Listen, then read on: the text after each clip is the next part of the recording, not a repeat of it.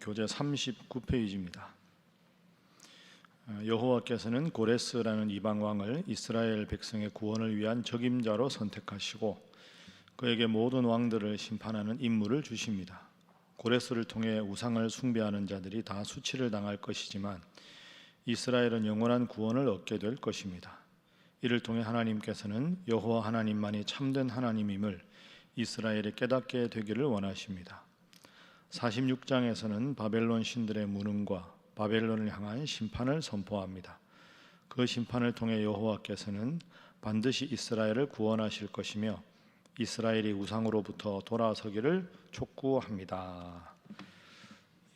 45장은 바사왕 고레스, 남유다가 앞으로 바벨론에게 멸망을 당하지만 바벨론이 또 바사에게 멸망을 당해서 그 바사왕 고레스를 통해서 하나님께서 이 남유다 백성들을 본국으로 돌아오게 해 주실 것이다 하는 고레스 왕을 통한 하나님의 역사가 45장에 나옵니다. 46장은 다른 어떤 신도 섬기지 말고 오직 하나님만 섬기라 하는 것을 한 장 전체에서 강조하고 있지요. 자, 오늘 우리 45장 1절 말씀 우리 다 함께 읽어보겠습니다. 시작.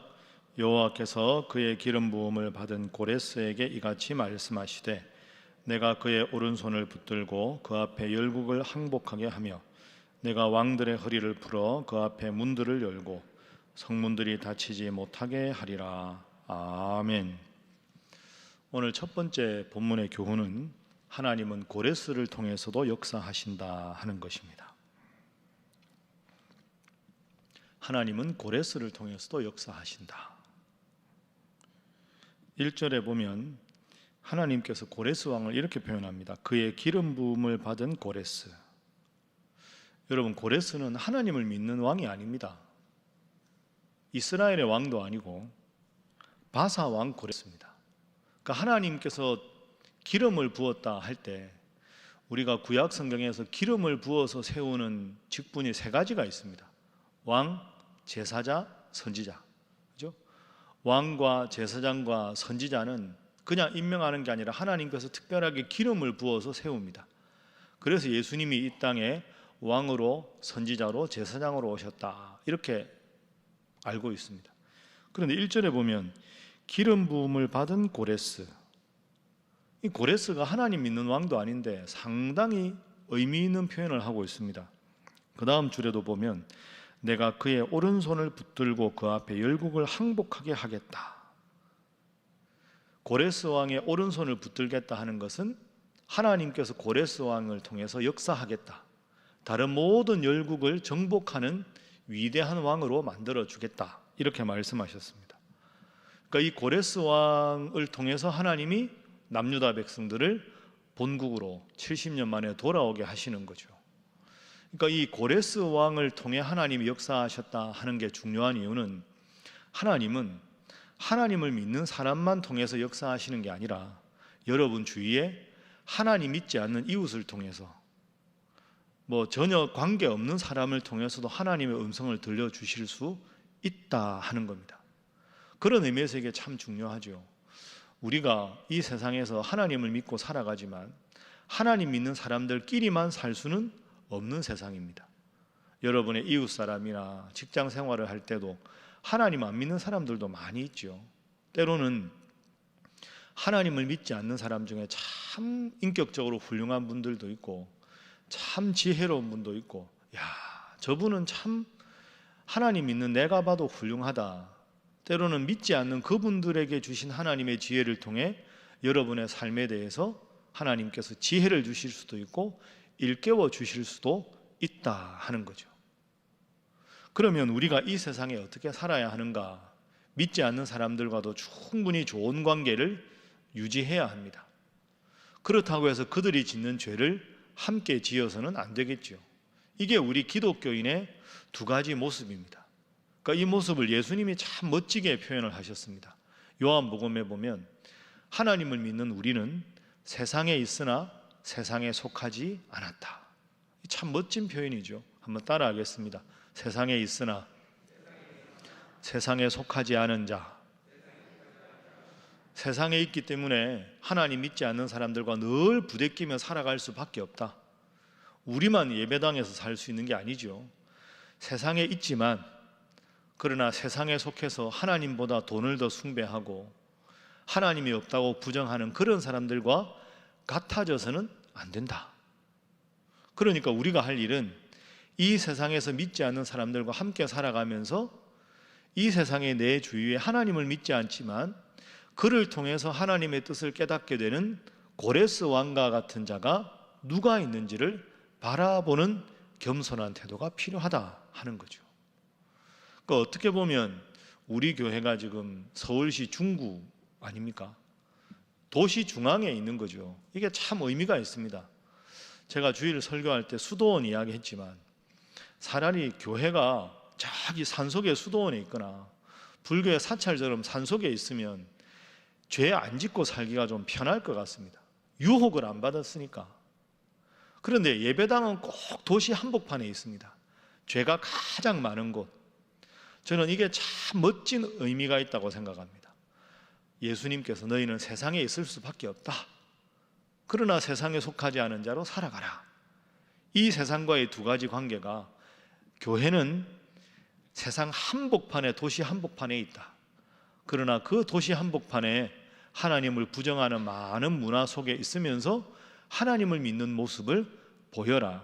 그게 우리 교회가 이 중구 동호로에 위치한 이유라고 생각합니다. 오늘 하루도 살아갈 때 하나님 믿지 않는 분들을 통해서도 하나님께서 여러분에게 말씀하실 때 그 교훈을 잘 얻되 죄악된 길에는 서지 않는 귀하고 지혜로운 여러분들 되시기를 주님 이름으로 부탁합니다. 그래서 두 번째 기도 제목은 늘 하나님의 주권을 인정하며 살게 하소서 하는 것입니다. 하나님의 주권을 늘 인정하면서 살아가는 것이 필요합니다. 내 삶의 주인은 하나님이시다 하는 것이죠. 자, 오늘 본문 말씀 45장의 7절 말씀 한번 보겠습니다. 45장 7절 함께 읽어볼까요? 시작. 나는 빛도 짓고 어둠도 창조하며 나는 평안도 짓고 환난도 창조하나니 나는 여호와라 이 모든 일들을 행하는 자니라 하였노라. 아멘.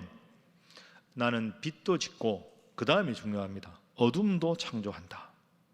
나는 평안도 짓고 환난도 창조한다.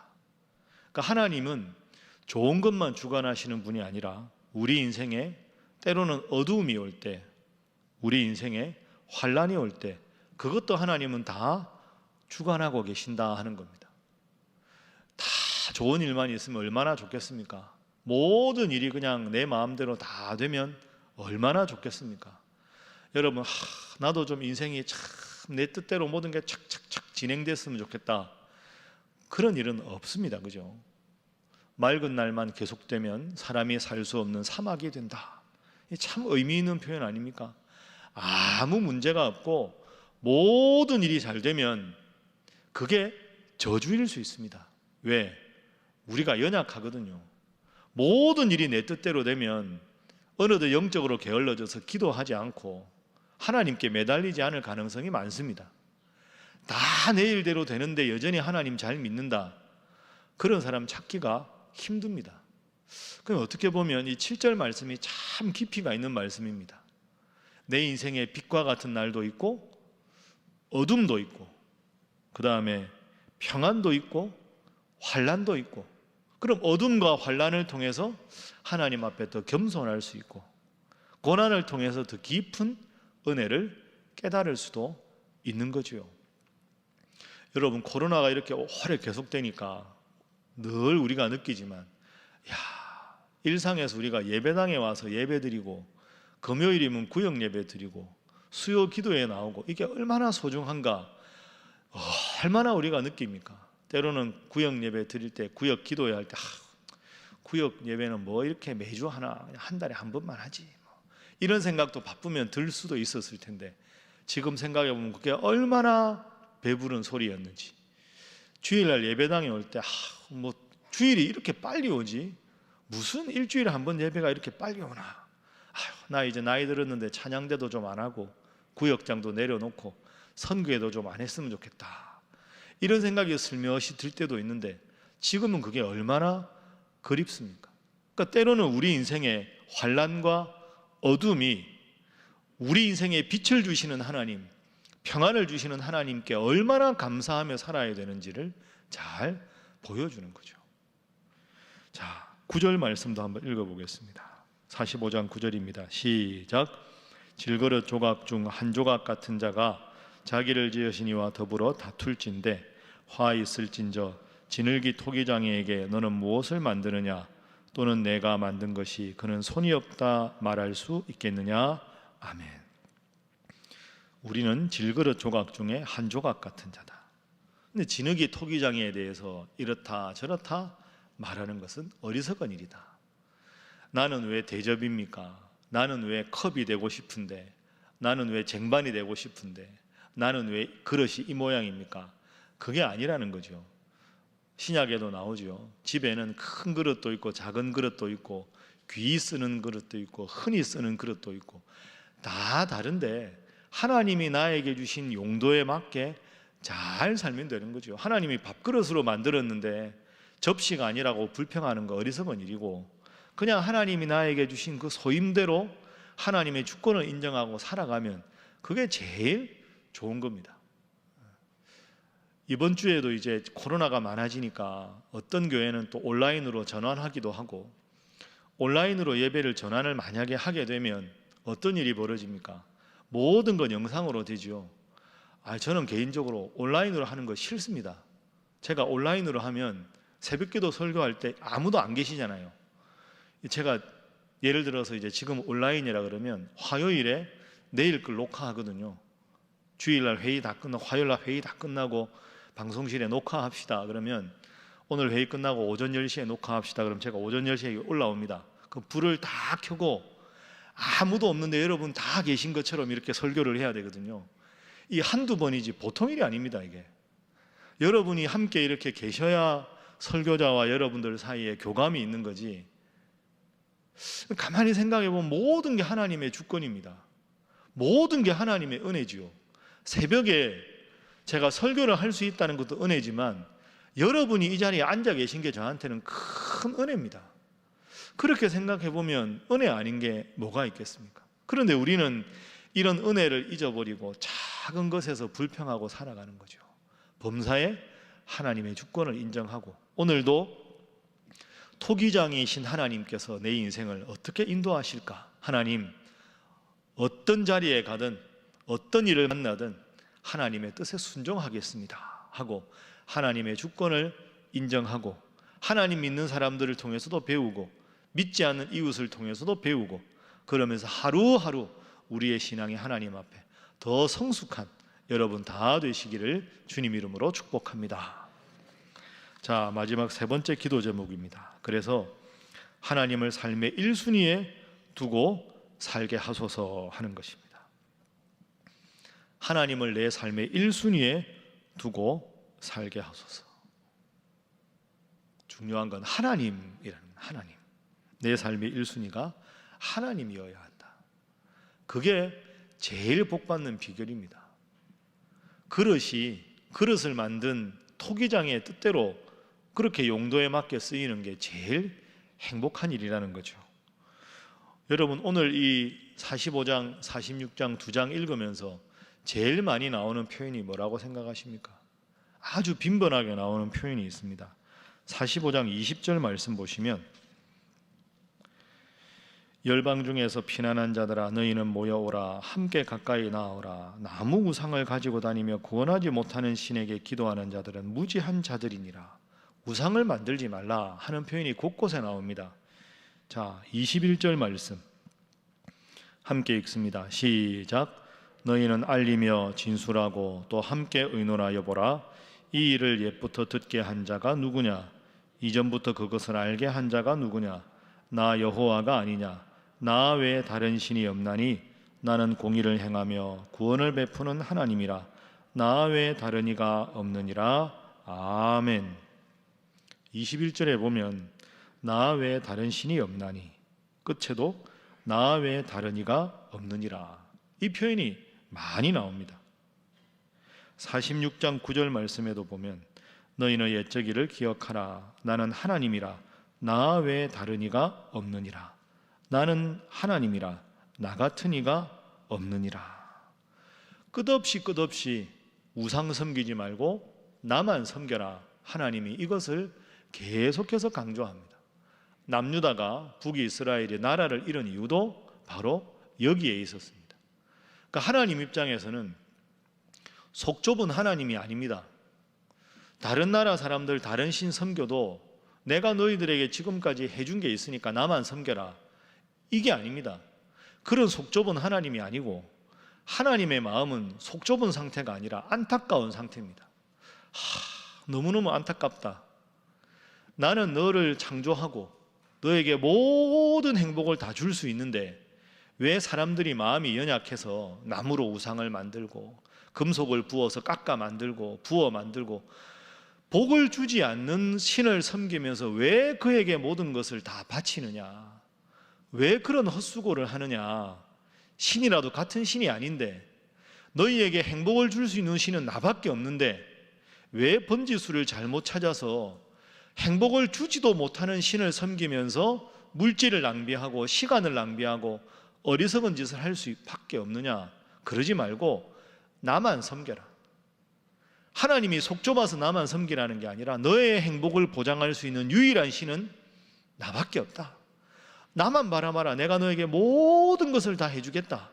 이게 전반에 흐르는 나 외에 다른 신을 내게 두지 말라 하는 뜻입니다. 우리가 하나님께 기도해야 되는 이유도 여기에 있습니다. 너희 중에 누구든지 지혜가 부족하거든 후히 주시고 꾸짖지 아니하시는 주님께 구하라. 그러면 주님께서 너희에게 모든 것을 주시리라. 빛도 창조하시고 어둠도 창조하신 하나님, 평안도 창조하시고 환난도 창조하신 하나님, 오늘도 이 말씀 붙잡고 평생 동안 다른 그 어떤 존재도 의존하지 말고 하나님만 붙잡고 하나님께 기도해서 토기장애이신 하나님께서 여러분을 바른 길로, 좋은 길로 인도하셔서 하나님 은혜 가운데 복받는 귀한 은혜의 삶이 되시기를 주님 이름으로 축복합니다.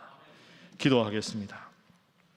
하나님, 오늘 말씀을 통해서 고레스를 들어 쓰신 하나님의 역사를 바라보았습니다.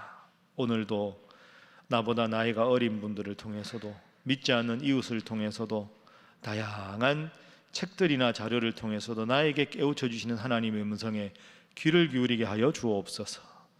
범사의 하나님의 주권을 인정하되 하나님께서 나에게 오늘 무엇을 원하시는가 행복의 근원이 되시는 하나님만 믿고 나아가는 성도들 되게 하여 주옵소서. 우리 성도들의 가족들이 되게 하시고 교회가 되게 하시고 이 나라 이 민족이 되게 하여 주옵소서. 다 함께 주님 앞에 기도하겠습니다. 주여